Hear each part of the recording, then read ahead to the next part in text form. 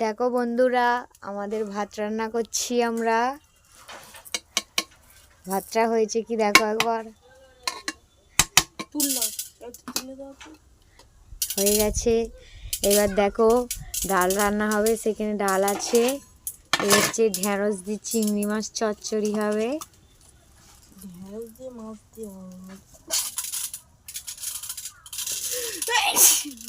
ভাতের আসাম পচানো হয়ে গেছে। ঢেঁড়সটায় 3টে আলু দেবো। দেখো 2টো পেঁয়াজ। এই আলুটা এখন আমরা কাটবো।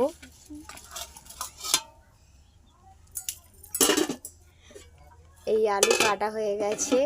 এই রসুন ছাড়িয়ে রেখে দিয়েছি ডালটা করব বলে। এই পেঁয়াজও কাটা হয়ে গেছে, ঢেঁড়সটাও কাটা হয়ে গেছে।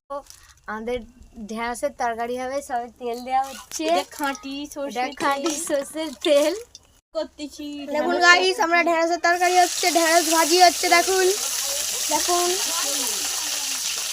দেখুন গাইস, দেখুন খুবই একটা সুন্দর, আমার মুখ দেখাবি, খুবই সুন্দর। দেখুন গাইস, এইমাত্র লাড়া হচ্ছে, দেখে নিন, খুবই সুন্দরী।